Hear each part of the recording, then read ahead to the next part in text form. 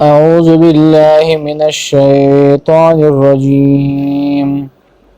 بسم الله الرحمن الرحيم ألف لام ميم ذلك الكتاب لا ريب فيه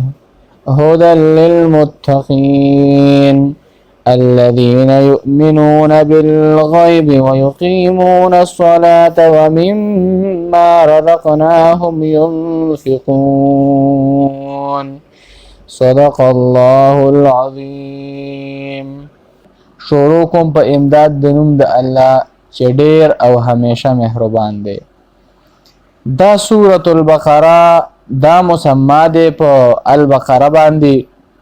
او دا مدني سورت ته یعنی د هجرت نه رستو نازل شوی دی او په ترتیب تلاوت کې په ترتیب عثماني کې دا سورت بقره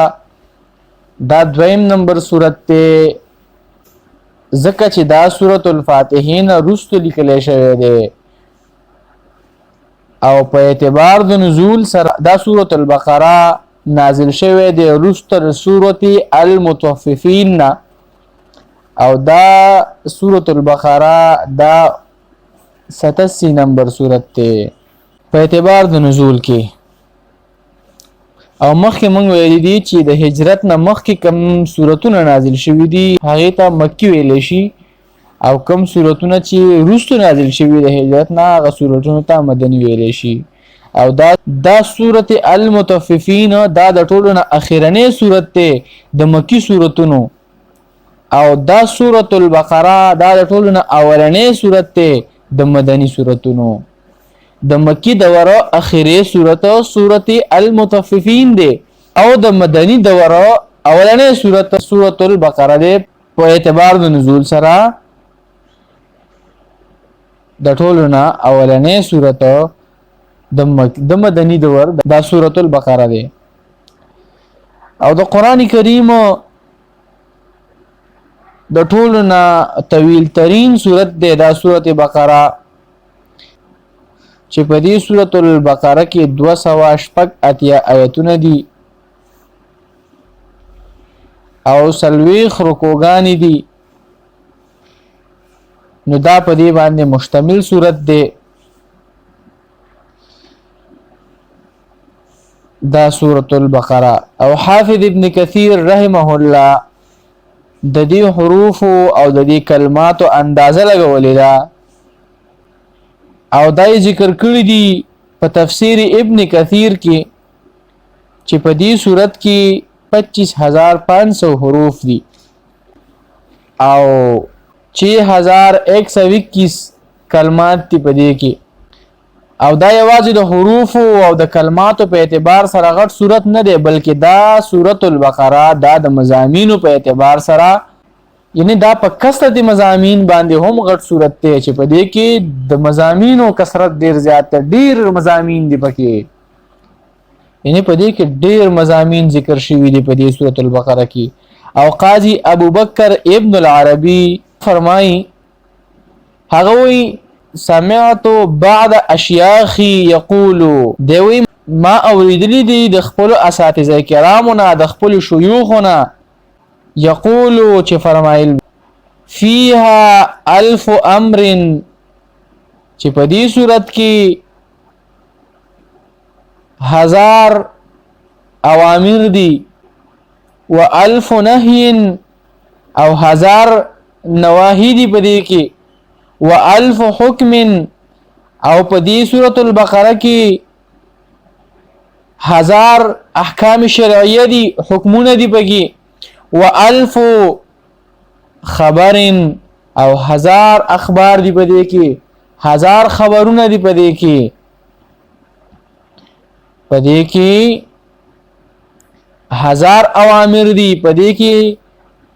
1000 نواهی دي او په دې کې 1000 حکمونه دي او په دې کې 1000 اخبار دي تقریبا. دا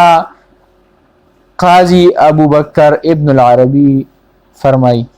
او د دې کلماتو په اعتبار دا قرآن کریم طویل ترین سورت ته د احکام او د اوامر او د نواهیو په اعتبار سره د قران کریم طویل ترین او اوږد سورت دا سورۃ البقره دی او پشان کی او د مرتبه په لحاظ سره خو سورۃ الفاتحه اغا اعظم السور فی القرآن دی د قران کریم د ټولنا په ټولو کې غټ صورت د شان او د مرتبه په لحاظ سره چې کم دی دا سورۃ الفاتحه دی او د عبارت په لحاظ او د احکام په لحاظ او د اوامر په لحاظ غټ صورت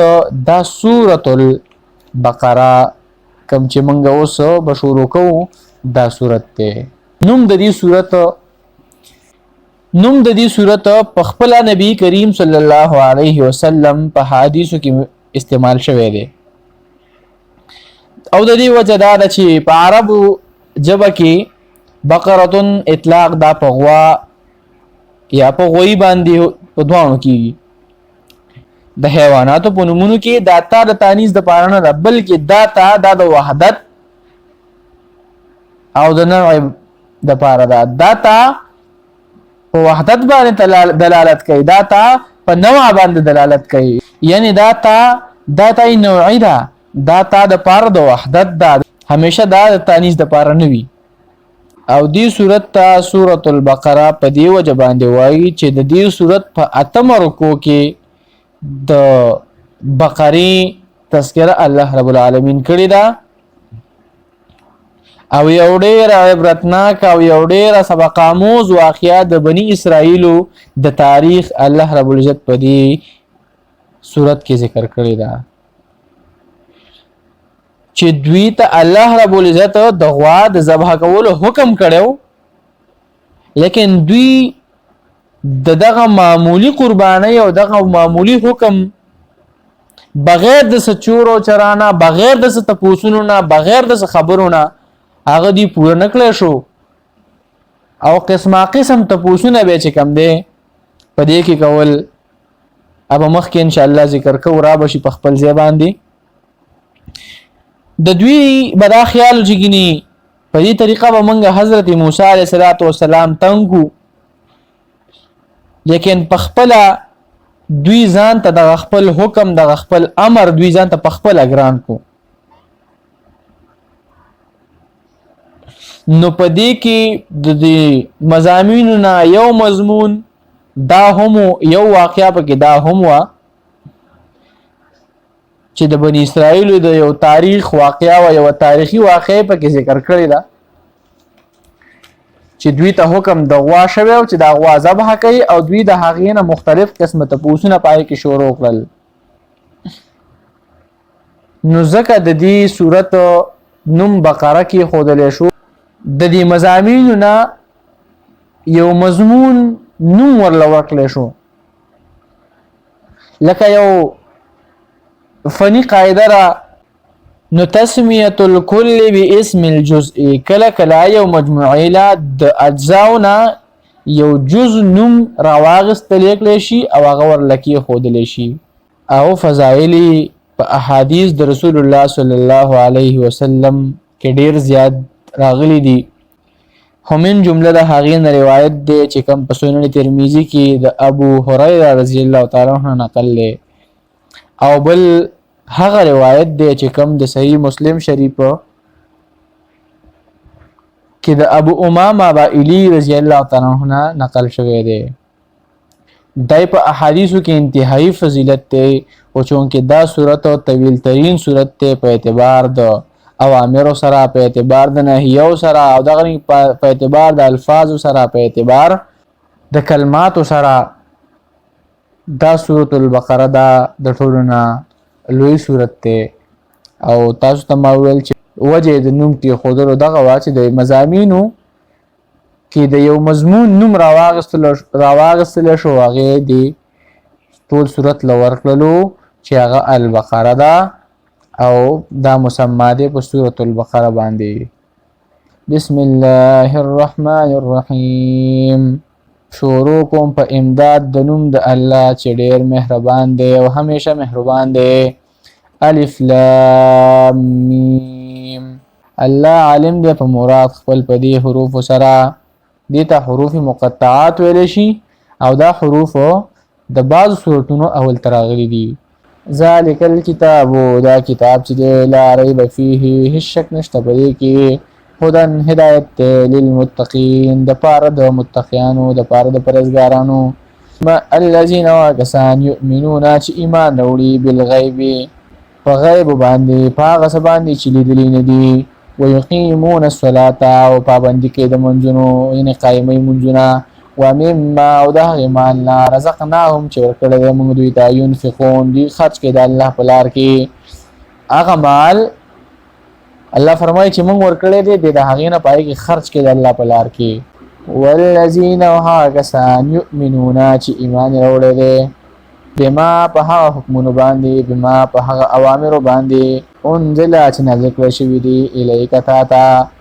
وما او په هغه اوامرو باندې او په هغه احکاماتو باندې او په هغه کتابونو باندې انزل چې نازل کړی شوي من قبلک مخکستانا وبالآخرة هم یوقنون وبالآخرة